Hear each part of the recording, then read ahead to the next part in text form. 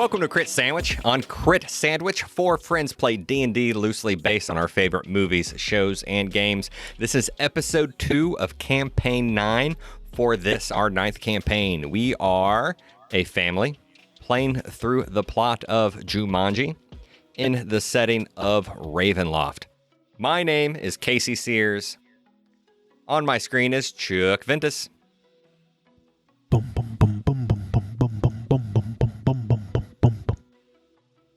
Matt Popich.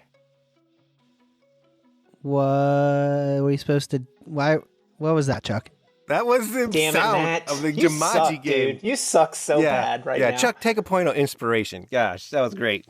You can't give inspiration before the game's even started. I'm trying to get us in the mood.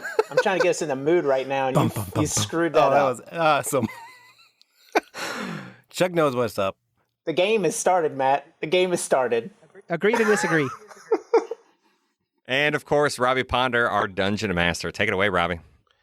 Hello.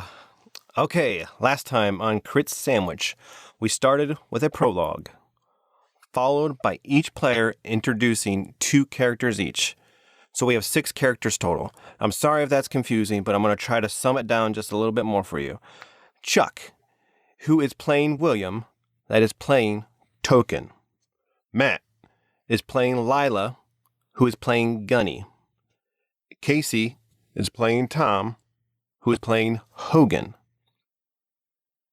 Last time, the players, they went out for a celebration to dinner and went home to play D&D.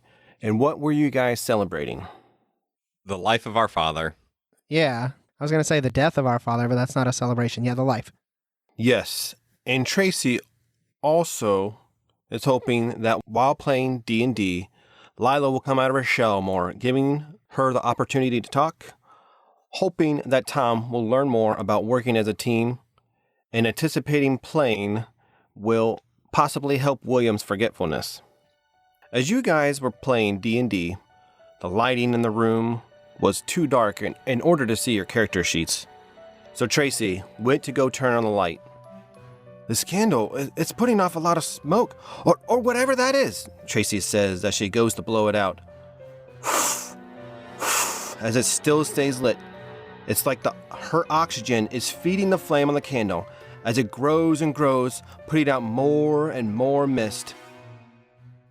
And one by one, you all began to fall unconscious. This is episode 2. If you haven't listened to episode 1 of this campaign, please go back and do so. Do you guys have anything you would like to add? No, let's get to it, man. What's next? So I got a question for you guys.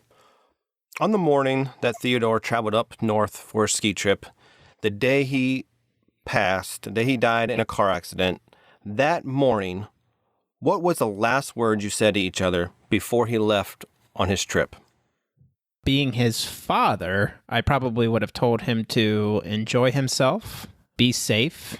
I'll see you home for supper, and I love you. Yeah, so he's in your house in America before he goes up north to Canada to go on a ski trip, and you guys can hear him yelling through this house. He's like, okay, I'm leaving. I slept through all of it. Absolutely. Absolute teenage boy just slept through him leaving that morning. I would say Lila was probably up. She was a lot more energetic at that time, so she probably actually got up even before him and made him a hearty breakfast with eggs and bacon and said something along the lines of, I hope this helps you get some good skiing in, and I love you. And then she probably went back to bed. Okay, let's begin.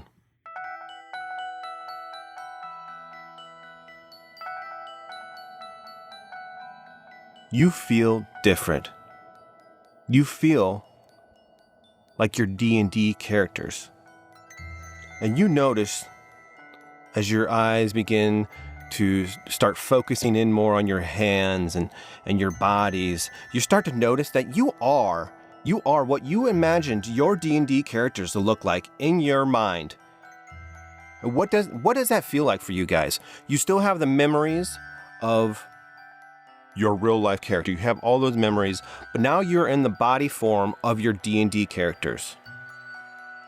Like clothes and everything? Clothes and everything. Equipment and every all your equipment is on you.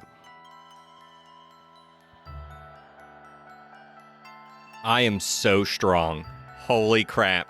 I've never felt just energy and power and just strength. Things that I feel like that I'm wearing should be weighing me down and being incredibly heavy, but they're not. They're light.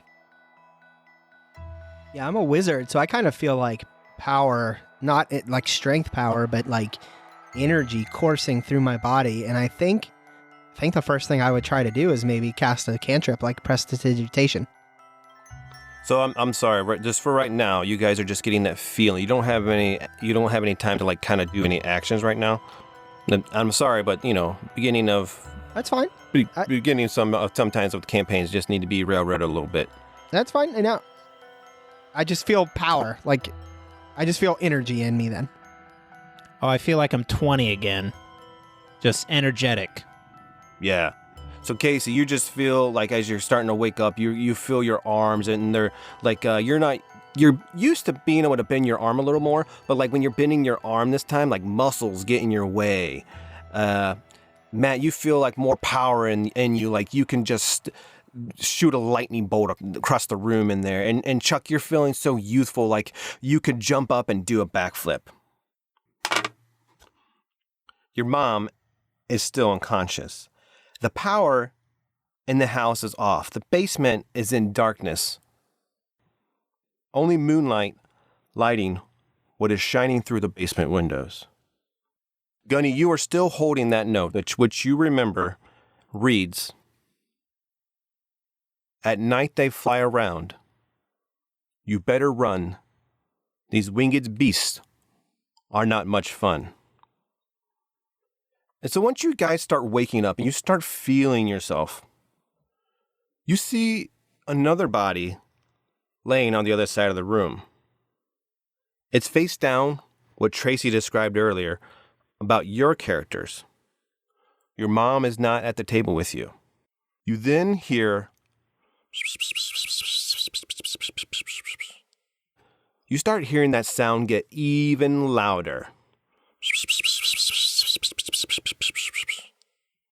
You then hear something smack into the glass window.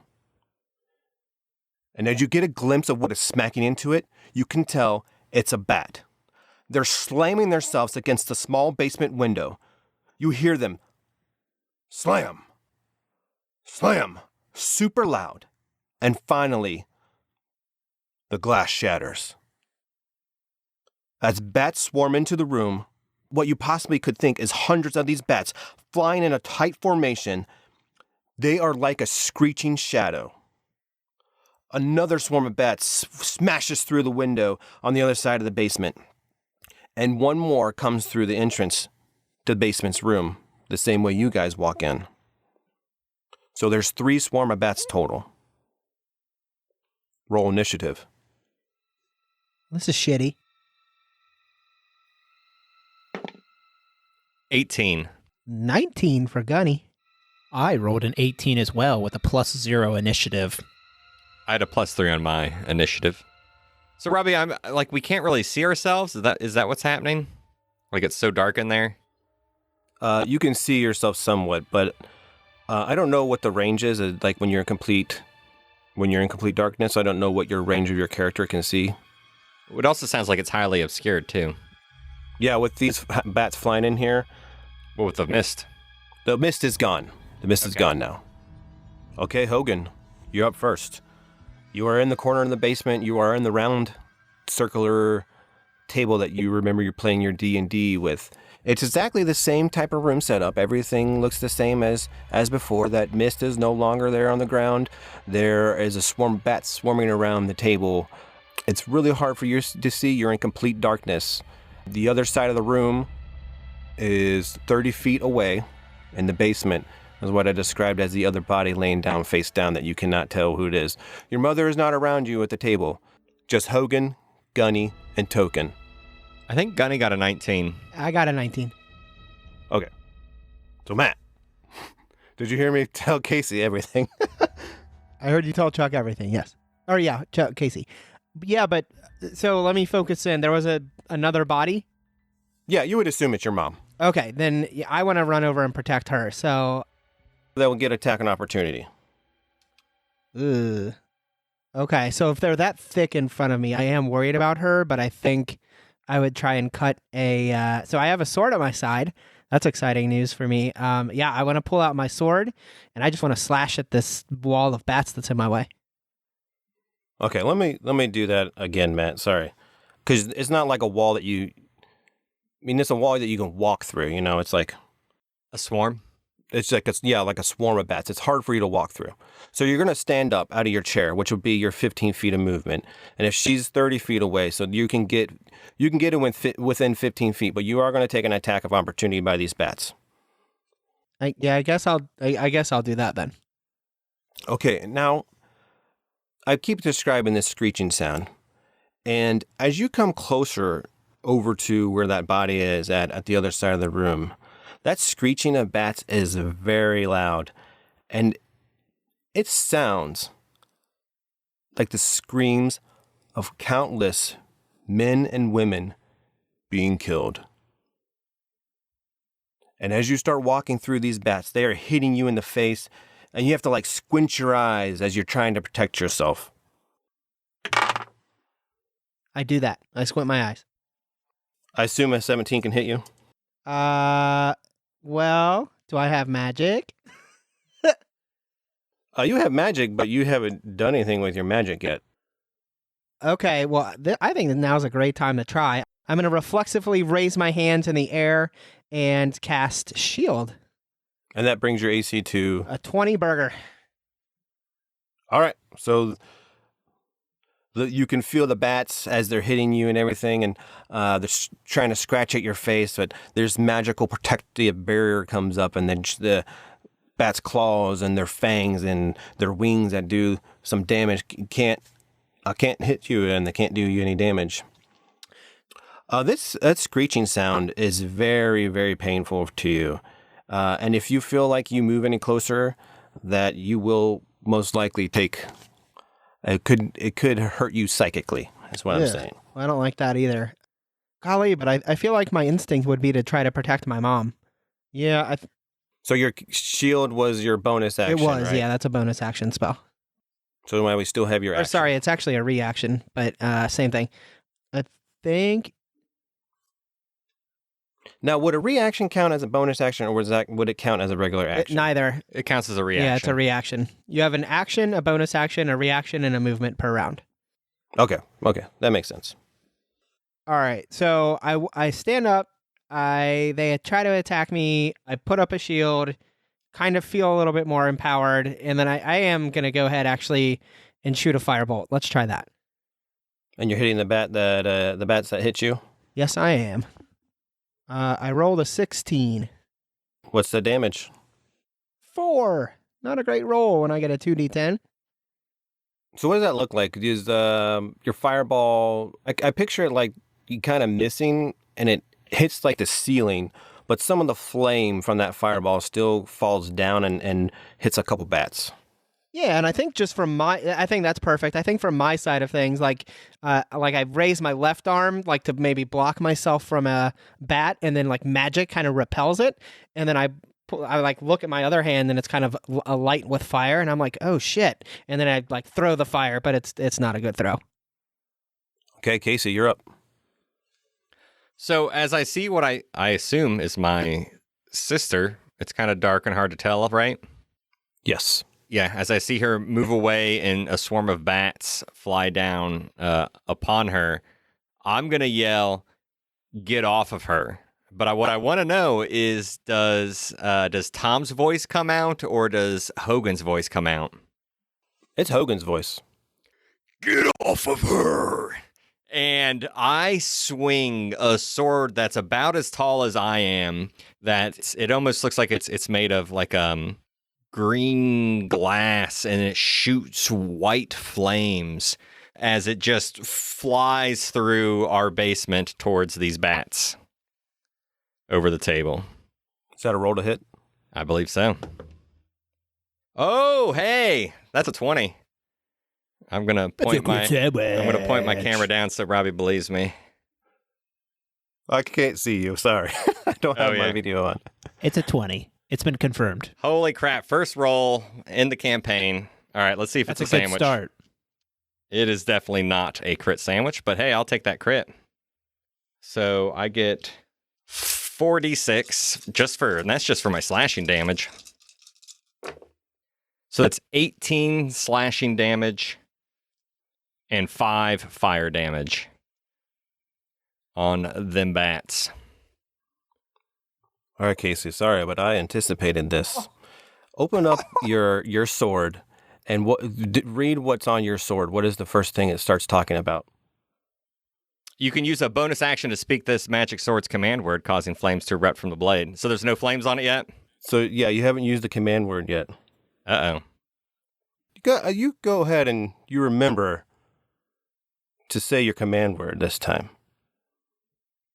But you also remember something your mom said at the beginning of the campaign. Not that you're cheating, but she did say that cheaters will get turned in to a monkey. So instead of saying your command word, you say, like Hogan Savage, ooh, ooh, ha. Uh-oh. I'm just fucking with you. Just have him grow a tail, Robbie. Jesus. Yeah. Let's just come on. I'm just messing That's with fine. you. No, okay, so You feel this poking in your butt and something's... Hey, man, I don't know if Hogan said, I don't know if I assumed the sword was already flaming if I was swinging it, but I don't know if he was using it to shine light in the darkness. See, I thought that's would have been like you and Matt's like first thing to do is turn your swords on to be able to see in the darkness. I thought that would have been the first thing that you guys did, but it didn't happen. I have learned as a DM, it is very difficult to predict what people are going to do. I don't bother to try. Also, there are just a lot of things you let slide as a DM because you just assume and you just kind of glide over the rules. Oh, I definitely agree, but I mostly just said that just to fuck with you a little bit. That's why I said it. All right, noted. Robbie is going to be really in charge of the rules, you guys. He's that Watch guy. out. He's that guy. Watch yeah. out. Oh, man. Wait, We got rules lawyer Robbie here, so let's see how I this better goes. start counting up my encumbrance. Matt, just don't tell him when we break the rules, and he won't Ha-ha. notice. Exactly.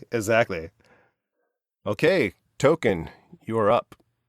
Actually, I'm sorry. It's Tolkien. Yep. Yeah, don't call the one brown guy on our podcast the Token, Robbie. That's real. Tolkien. You got to get the L in there. That's real effed up. Hogan. Casey, that swarm of bats that when you move that first swarm of bats, they try to hit you, but they missed, by the way. Oh, I get a second attack. The swarm of bats, did I kill a bunch when I swung my sword through them? Oh, yeah, you swung it through, and you could feel like it was hitting like a couple of bats. Like one swing probably hit a couple of bats. And then, so I noticed that I'm sorry, not my bat, but my sword is not lit. Oh, you know what? Hold on. Sorry, Robbie. I'm not going to break a rule and do a bonus action in the middle of my 2 attack actions. So I'm not going to do that. I'm just going to swing my sword again. I know. 18 to hit the bats. Damage? I am going to do 15 damage, and that's it. Nothing's on fire yet. Yeah, so this screeching shadow of bats that is flying around this entire room, it's mostly covering up the entire room. You can tell that their numbers have gone down by 80%. You're hitting a whole bunch of these bats, doing a great job knocking them down. Are you wielding a two-handed greatsword? Is that your fire sword? It is a flame-tongue great sword, and it is slicing and dicing bats right now. It's beautiful. Yeah, and even sometimes when you're not even swinging that thing around, these bats are just so crowded in here. That's like sometimes you don't even have to swing it, and then they're just knocking themselves into it. But as you did approach up here, that screeching sound that is coming from that other side of the side of the room with all those board games on it, that screeching sound is getting painful in your head. And need I remind you that it sounds like the screams of countless men and women being killed. You're in the middle of the room next to your sister, and Tolkien, you're up. Hold on, Good. real quick. Good L. What's that sound and what's wrong with my voice? Are you talking in character?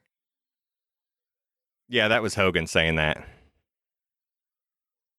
Let's talk about that soon. We need to protect Mom. Get to Mom. Keep doing what you're doing. That was awesome. Who's talking? Your kid. Is that how Tolkien Yeah, what? sounds? He's still old? Yes. You'll see. Is it my turn, Robbie? Yeah. Yep. I would assume it is. All right. So everyone can hear the screams, right? You can hear them slightly, but as you get toward, if you would move to the other side of the room, it does get louder.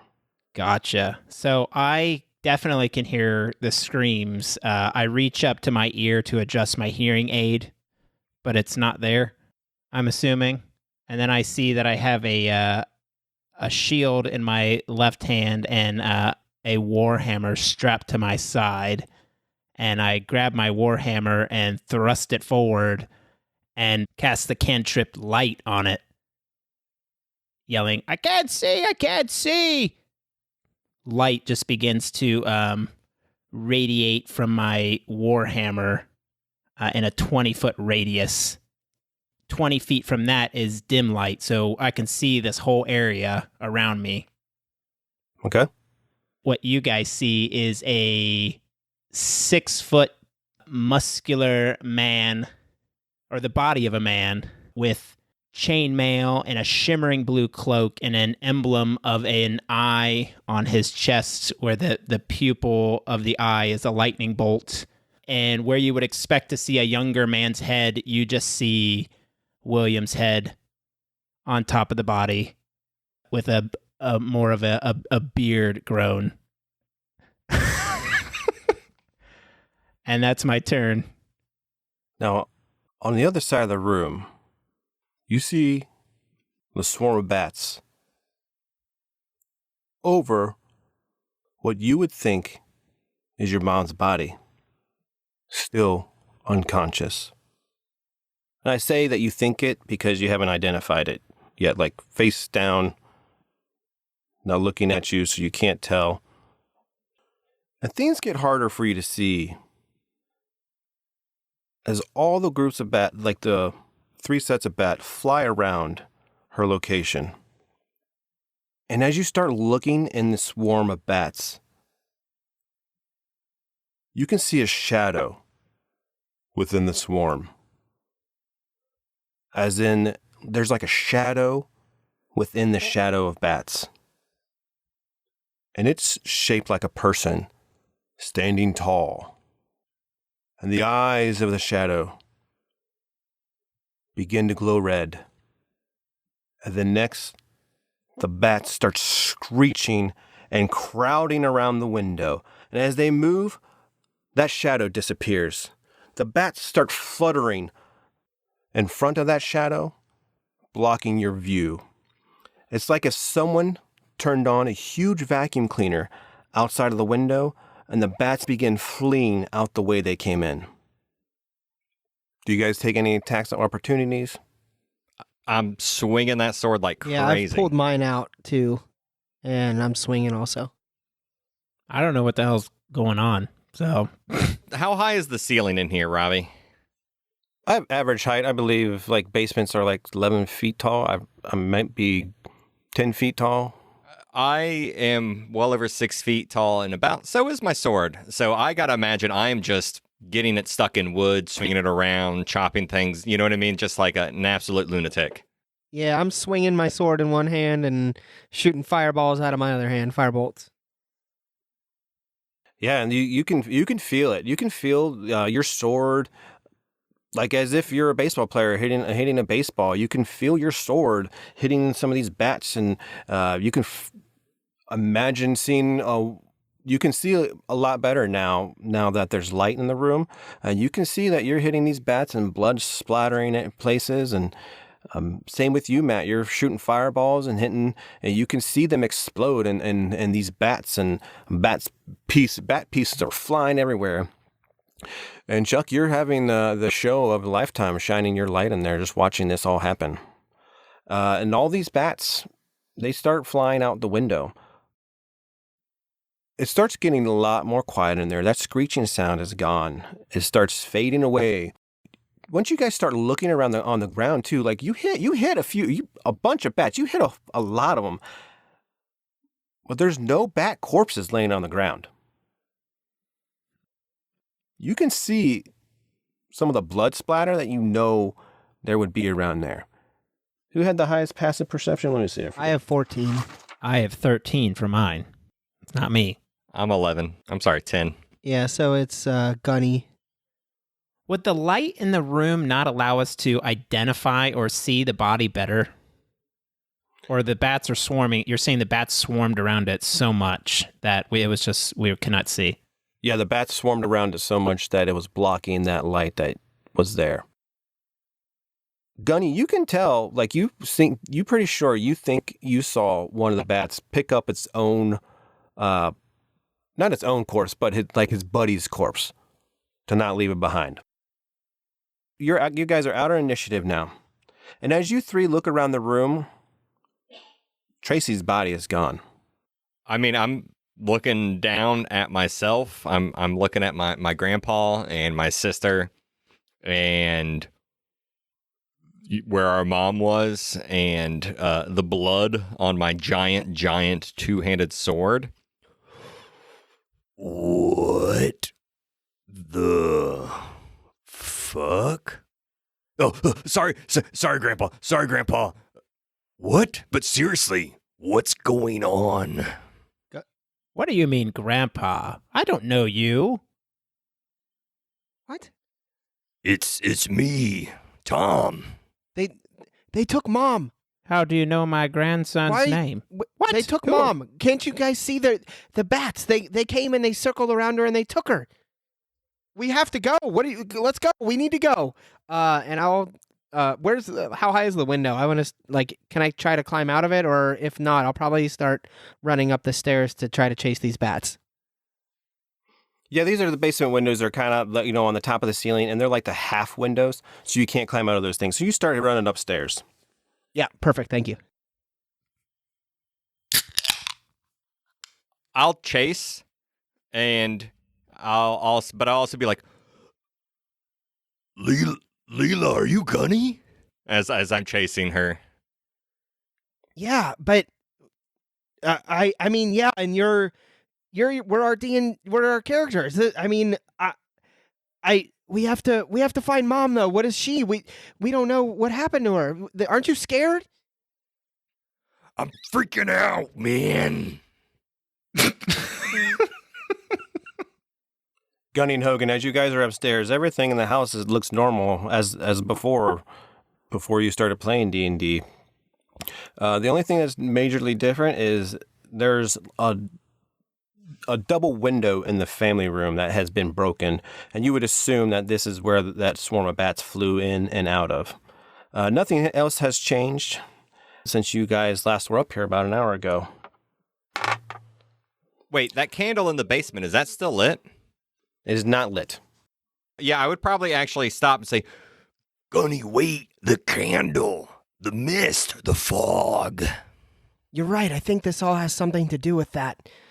Maybe we should grab the candle and take it with us, but we can't just leave Mom. We have to. Don't you think we need to follow those bats? Those bats are way faster than we are, and they can fly. So you're... God, what do I sound like this when I talk? It's killing me. Yeah, brother. Yeah, it's going to be difficult. I'm with you on that. Your voice is what I'm talking about.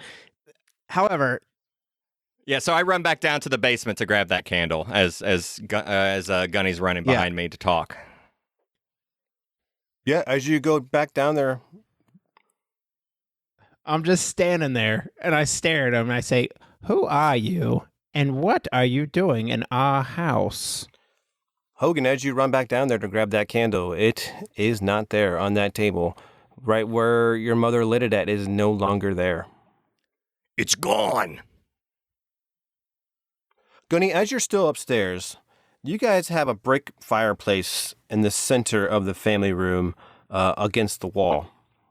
And at the top of the brick, toward the ceiling, you see a small, semi-furry black ball. I assume this is not something I've seen before. Correct. Yeah, I go to investigate it. As you begin to move closer to it, it's a bat. Hey. And it jumps down and it attempts to fly away, but it can only fly to the right. And it goes and smacks and hits another wall. And its wing is broken, and it's causing it to only fly one direction. And it starts hopping around on the ground, and it finds a curtain to start trying to climb himself back up higher.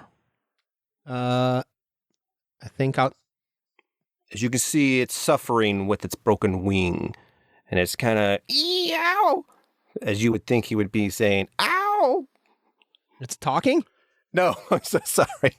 He's screeching. It's screeching. But you can tell that this bat is in pain from its broken wing. It's saying eow I in was going bat. to say, I was about to interrogate this bitch if it can talk. Well, I don't really know what to do with this. I mean, I could pick it up, I guess, and try and... Yeah, I want to pick it up and bring it to Hogan and Grandpa and see if they have any ideas. All right. All right, well, so, it's going to try to bite you. Yeah, it makes sense. It's going to try to defend himself. 17? Yeah.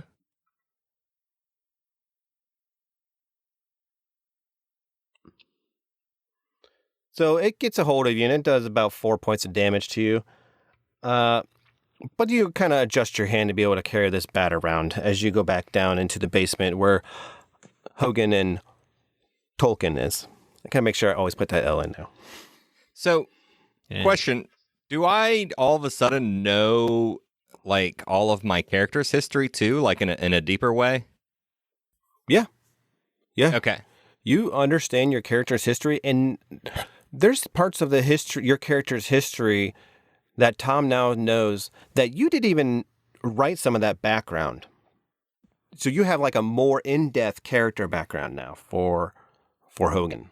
Yeah, especially compared to what I knew as a player. So I will be down there with my grandpa. Grandpa.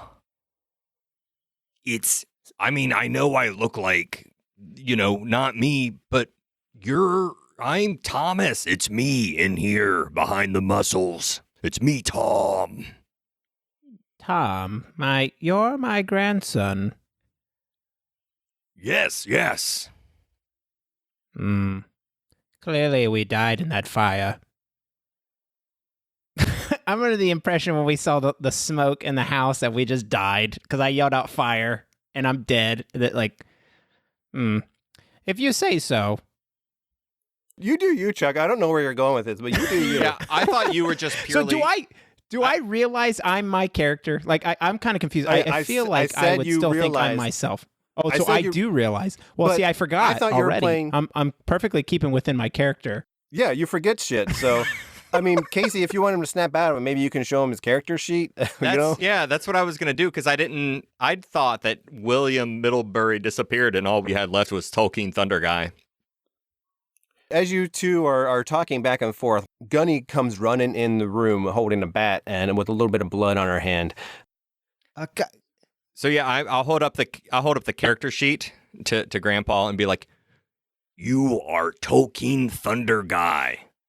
I am Hogan the Savage, Prince of the Savage Lands." Ah, so we're in a game. Sure, that works. Gunny, come on. Yeah, at least Hogan and I get it. I'll bring down the the bat and say, "Guys, I got one. This one couldn't fly." And I'll hold it out and say, "Does anyone know how we could maybe follow it, or maybe we can follow it, or can anyone talk to animals? I don't know." I run over and I grab my own character sheet I'm shit at animal handling.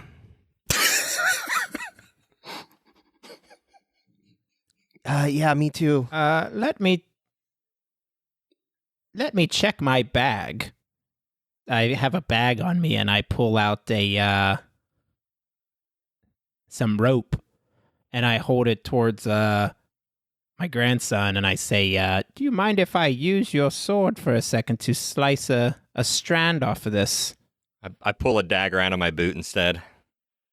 So I have him cut off a section, and we tie it to the foot of the bat, and then Gunny would tell you that the bat has a broken wing, is having issues flying. That's most likely why it didn't get to escape. Yeah, I say that. oh. Perhaps it'll always face in the correct direction. That's what I was hoping too. As you three are on that side of the room where the poker table is at, you guys start hearing another sound on that same side of the room.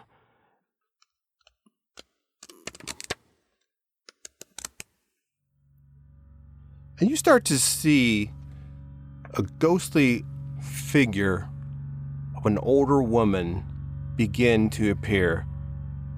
The woman you see is translucent. Mom? Barely visible in wispy shapes. It's a lot older than I was kidding. your mother. She has a slight tannish brown glow to her.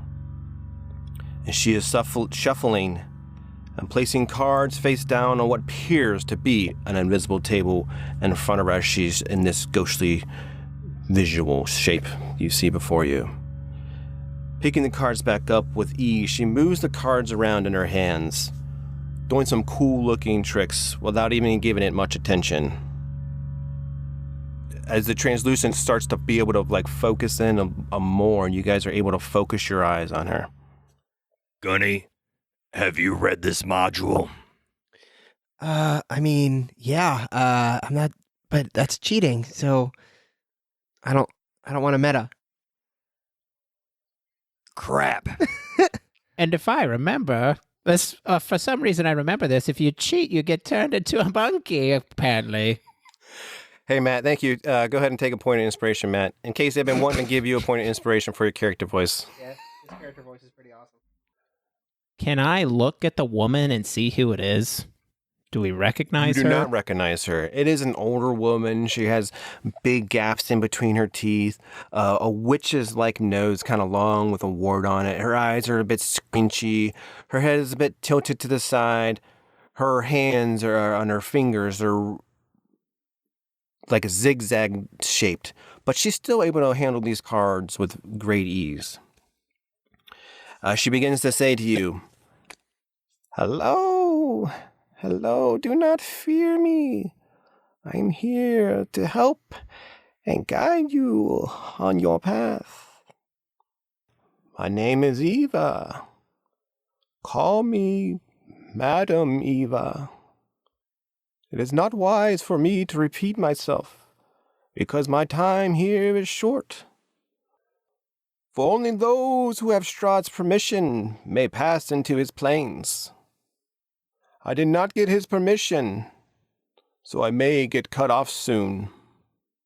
I slide my dagger back into my boot, and I start to approach her.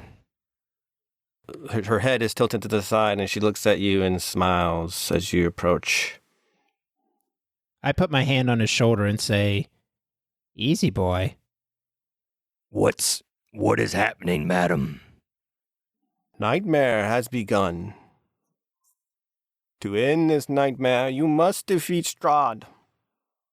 And after, call out the name of the game you are playing. I am a powerful reader. I have crossed planes in order to be here to aid you. First, is it safe to speak here? We need to know where our mother is. She was taken. Perhaps I can help. I am a powerful reader. Show us how to find her. First, let me tell you, I am a soul of a once living creature. Now I am bound to my objective from my life. My objective is to help those who seek to end their nightmare and defeat the villain Strahd von Zarovich. An unknown time ago, Strahd being from the demi-plane of dread, he began to have a growing problem. A problem of soulless bodies. You see, Strahd, being a vampire, needs blood for his hunger to be satisfied. But not just any blood.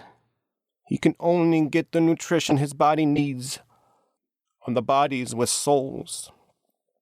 Strahd is also bound to the demi-plane of dread. That didn't stop him from finding a way to use his powerful magic to fold his plane into other worlds. He has destroyed and conquered countless demi-planes. In the beginning, he asked my people, the Vashanti, for help spreading items that would pass as non-magical, but when combined with others, it would poison worlds with his mist. When I found out what was happening, I refused to do it. Later, Strahd asked me to give him a card reading. Unusual for him, but I proceeded. The cards revealed he was going to murder someone. But that is something that he usually does. So I didn't think anything of it. Till he smiled at me, and once I realized the murder he was going to proceed with was killing me, my blood was already out, staining my cards. So let me ask you something, sister. You knew this guy, and it gutted you good. But we're supposed to stop him?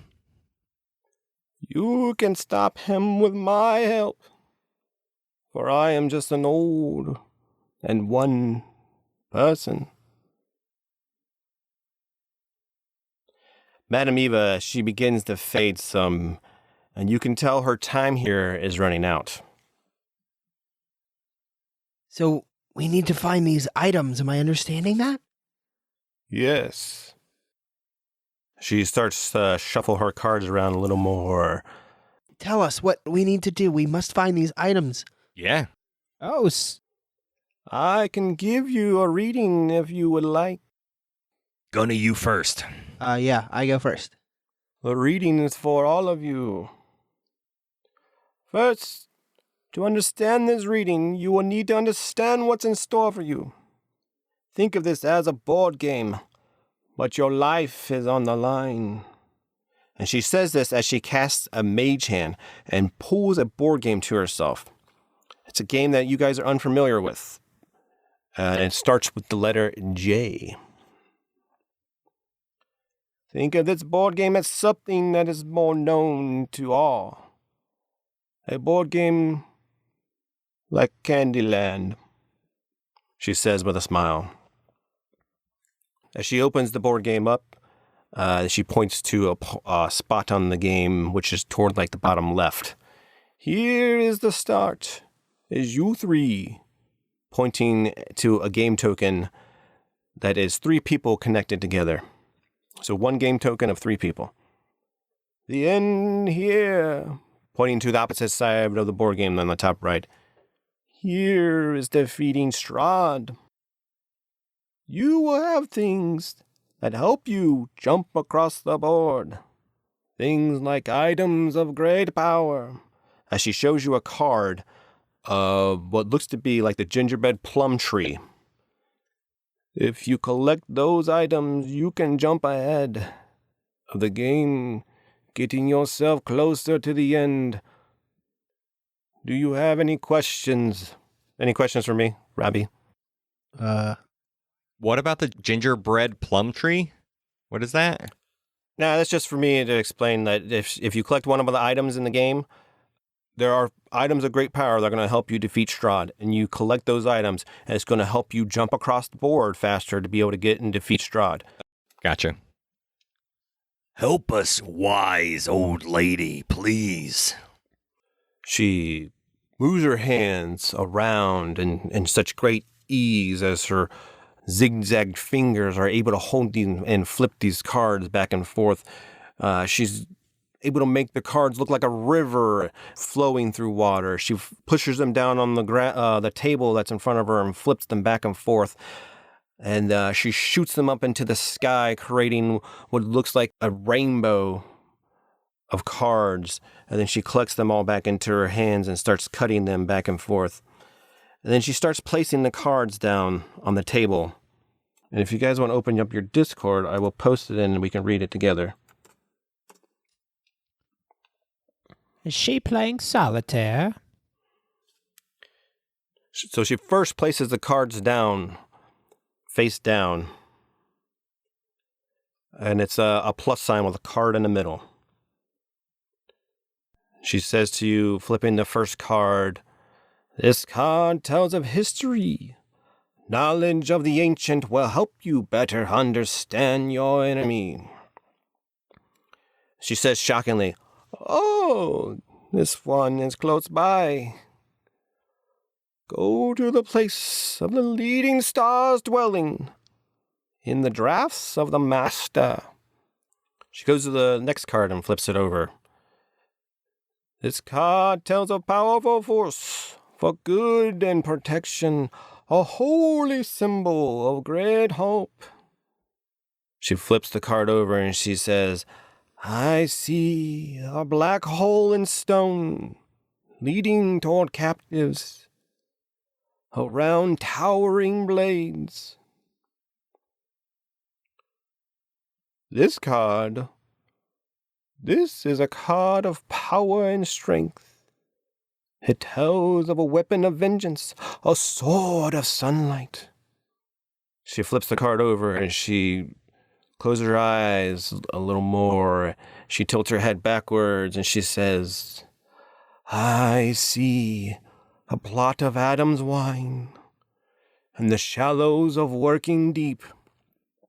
And Adam's wine is just another name for water, in case you didn't know. I Googled it. She goes and puts her hand on the next card.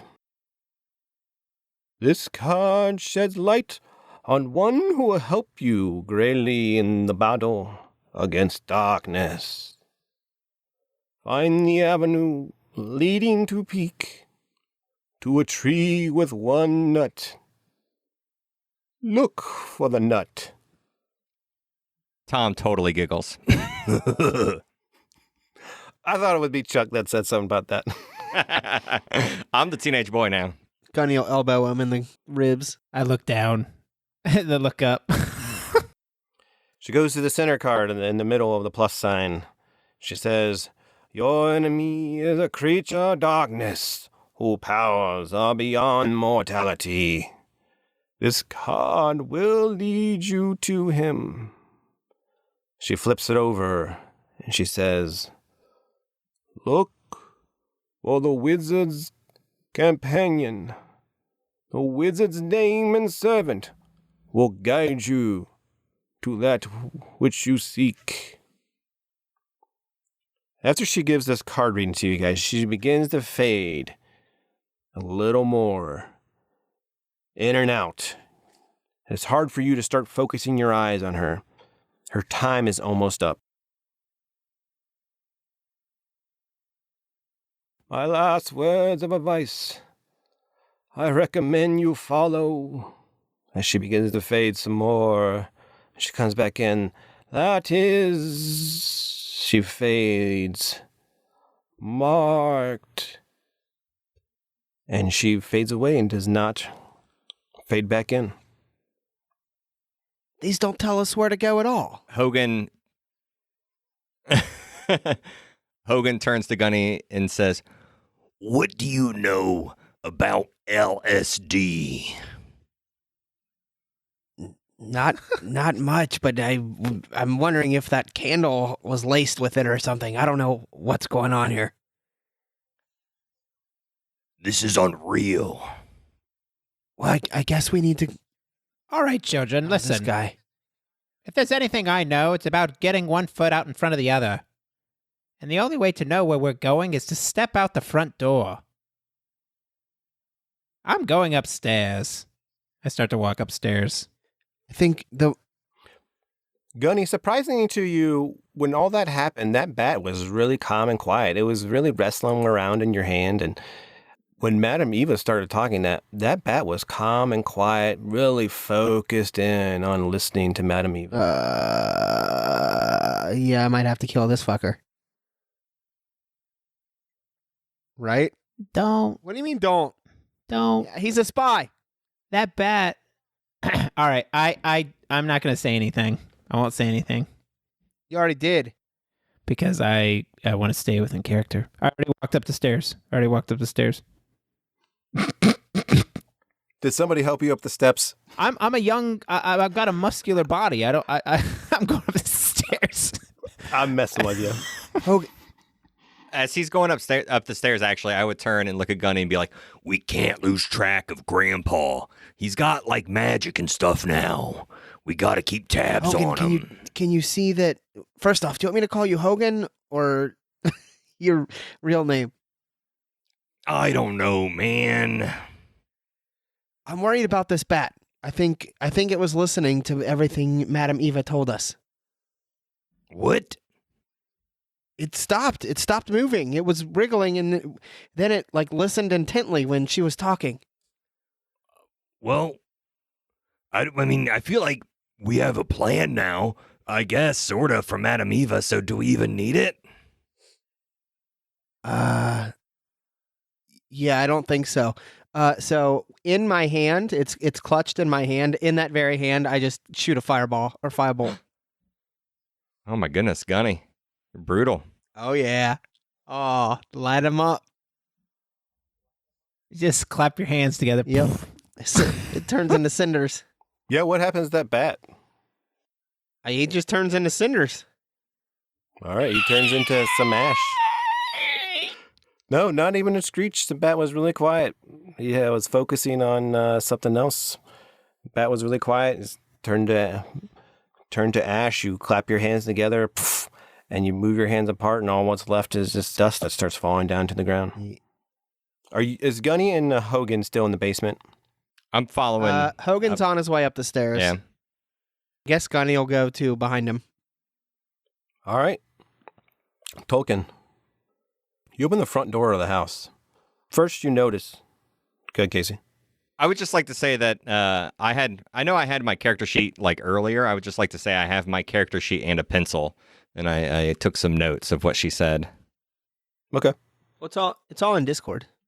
I know that, but I would just like to think my character already had that in his hands and is writing some of these things down as he's following his grandpa around. Tolkien, as you open the front door outside, the sky is filled with dark clouds that are different than you have ever seen before. They are moving around fast, but they're staying in the same spot. From now on, even though it's nighttime for you guys, from now on, the sun will no longer fully shine through the clouds. The sunlight will always be obscured by clouds or fog.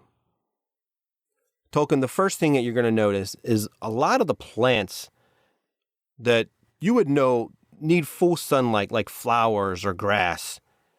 They dried up and are dead. It was fall time earlier today, but now it looks like the beginning of a gray winter because all the leaves on the trees are gone, making the trees look as if they had a cold death. Okay, are you guys all up there and you're outside with him? Yeah, I'm following him outside. Yeah. I would say as soon as they approach me, I would say, looks like a storm's a brewing. And by the way, I'm glad you're here with me because that ghost woman downstairs, all I caught was that her name was Madame Eva. So, where do you want to go? Can you guys give me perception checks, please, as you guys all walk outside? I'm assuming you're still in the doorway to the house. Hogan got a 16. A 9 for Tolkien. 10 for Gunny. So you all three notice, like, as you walk out, there's like a path that's leading up to the house now. And there's these decorative pillars about waist high, each one on the side of the path leading up to the house, and 4 on each side. There's a stone fence waist level in front of the house also that was not there before. The front yard is full of patches of brown grass, dirt, and rocks. Casey, you would notice in the corner of your eye the pile of stones that's out in front of your house. It's still laying there. But in the middle of the pile of stones, you see a half dome shape on the ground. It's like the size of an igloo. The wall of the dome looks to be like a misty sheet of a glass wall. It's real small, like an igloo. And also, you can hear grunting sounds around the fence line that you checked and repaired the night before. So I'm not sure if I see a pile of rocks in the middle of a rock wall that has a shield around it. No. So out front of your house there's some short pillars, and then there's like a stone fence that's waist high. And then far off to your left, it's, probably about 100 feet away. You can see, because it's slightly on a hill, you can see where there's these pile of stones are at. Uh-huh. And those pile of stones have always been there for you. Okay. But now in the pile of stones, you see this dome. It's the size of an igloo. The wall of the dome looks to be like a misty sheet of a glass wall. So it's really misty looking. Guys, but this rock wall's all wrong. And over there's more mists or something. I'm not sure what it is. And don't forget, you also hear grunting on that side of the fence that you repaired the night before. And do you hear that? I would start to head over that way to investigate. Come on. Yeah. Toward the stones? Yeah. I'm trying to look to see if any of Madame Eva's portents tell us anything about this, but none of it's really adding up, but I think we should investigate. You would remember that she did say one was close by. She said, go. Yeah, that was the one I'm looking at, but I don't... It's Star's dwelling. Yeah, no, it didn't really connect to me. Is it shining bright like a star? Go to the place of the leading star's dwelling in the drafts of the master. Yeah, so that didn't connect to what you described yet, but that's what I was hoping it would. So we'll try it. We'll go. So I think, let's just think out loud here for a second. Leading star makes me think North Star or something like that, or a leading star's dwelling. Leading star's dwelling. North Star is, wait, okay, here's the question. Is the North Star part of Ursa Major? In the drafts of the master. I don't know who the master would be or the drafts. The horses, leading star's dwelling, some sort of bear dwelling. I don't know. That's like a stretch, but I don't know. Drafts of the master. Could be draft horse. Master could be Strahd. Master could be something else. Anyway, we walk towards this thing. Sorry, just thinking out loud there. Yeah. I'm just thinking out No, loud. I hear you. You got Yeah, you guys hear Hogan just grumbling to himself, star's dwelling, like looking down at that character sheet as he's walking towards the misty rocks. Okay, you guys are there. And it's like the size of an igloo. Is there a door or an entryway? There's not a door. It's just this dome of... And it's kind of fragmented. Like, you ever get like one of those vases or that have like a whole bunch of pieces of glass that's been like glued back together? It looks like that as you're looking into it. You can't see into it though because there's like a mist on it. What happens if I touch that mist? So you go to touch it, but your hand goes right through it. So you don't feel anything, but your hand is able to pass through there. How far do you stick your hand into it? Is what I like to know. Because if you're going to touch it, I imagine like once you realize you're not touching it, your hand only goes in like an inch. Yeah, and then I pull right back. And you feel fine. Nothing happened. Nothing happened. It didn't hurt. Who wants to go into the spooky pile? It's big enough to go into? Because it's an igloo? Like a big enough igloo? Yes, it is big enough to walk in. Oh, boy. As the adult here, I'll go in first. I think that's a good idea. I think he's the most expendable. You feel that way about your grandfather? I'll step in. Tolkien, as you begin to walk into it, what do you do? Because you changed back in to William. Do you fall forward because you don't have your walker with you? Yeah, sure. I fall on the ground. I say, I yell, I've fallen and I can't get up. Classic. And I reach for my my little alert alarm thing that I have around my neck to alert someone I've fallen. Does he have like a leg sticking out or something I can grab? My foot is on the ground on the other side of this thing. You guys, all of a sudden, you don't hear him say that. You don't hear him say anything, but you do see his legs were once just flopping on the ground now and kind of jiggling a little bit. But William, as you're in there and you look around, let me have a perception check, please. A 10. The ground is stone. It's no longer the dirt ground anymore. And inside there, you can see there's this red, fancy-looking couch and decorative looking. And sitting underneath the couch, there's this rug. And it was still sitting still when you were in there. But once you started talking, the rug looks like it's trying to grab you. But it's stuck underneath the couch. But then your party members outside that dome grab your legs and they pull you out of there.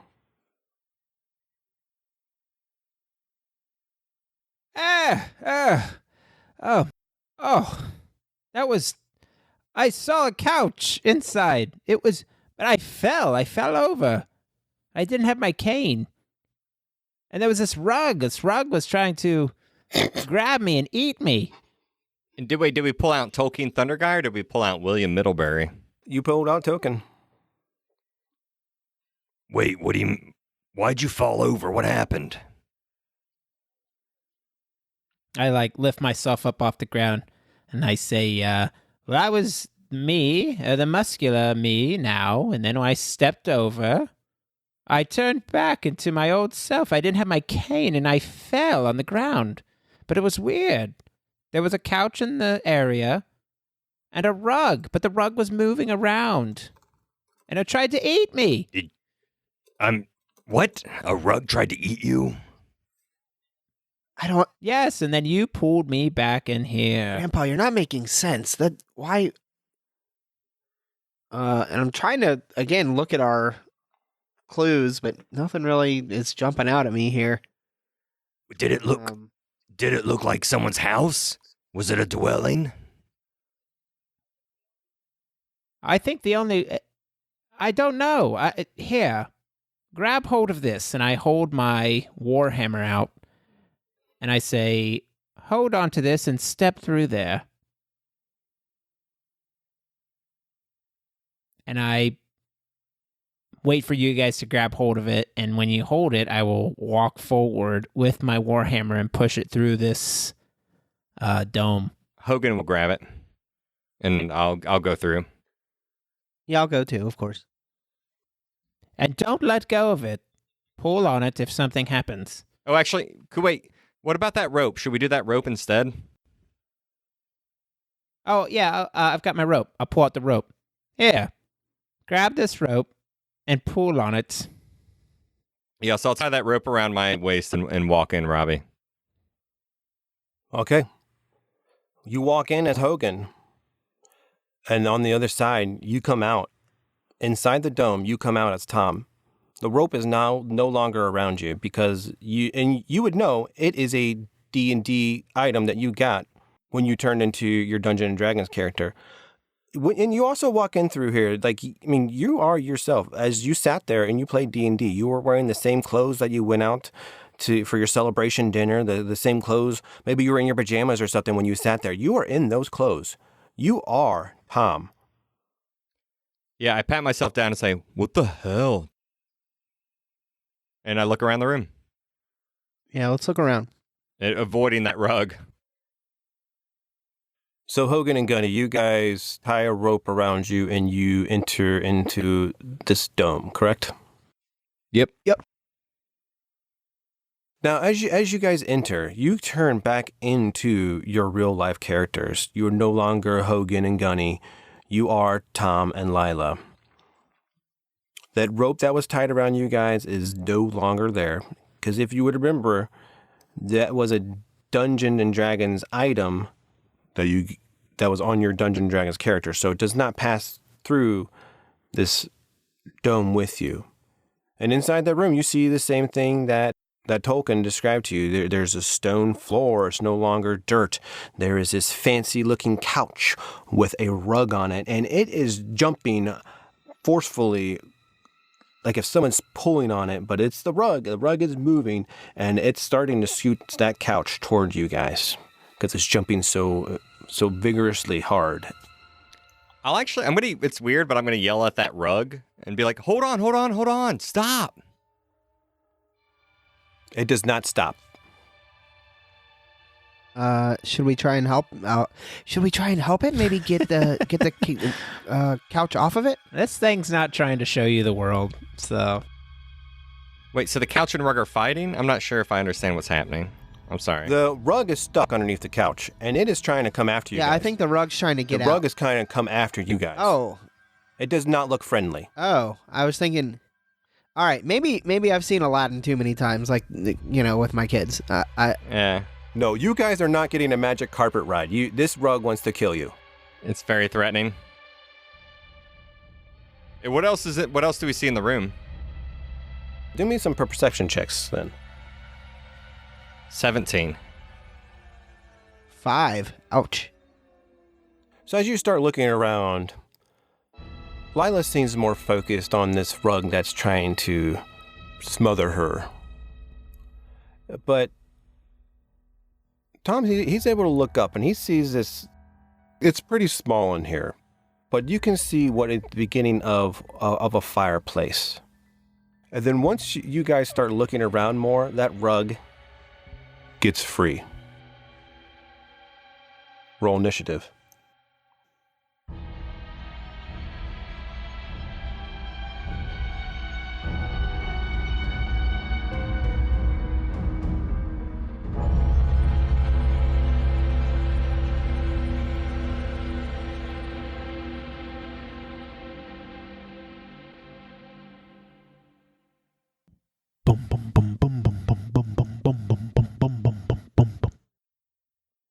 Eventually, they'll come back through here, I hope.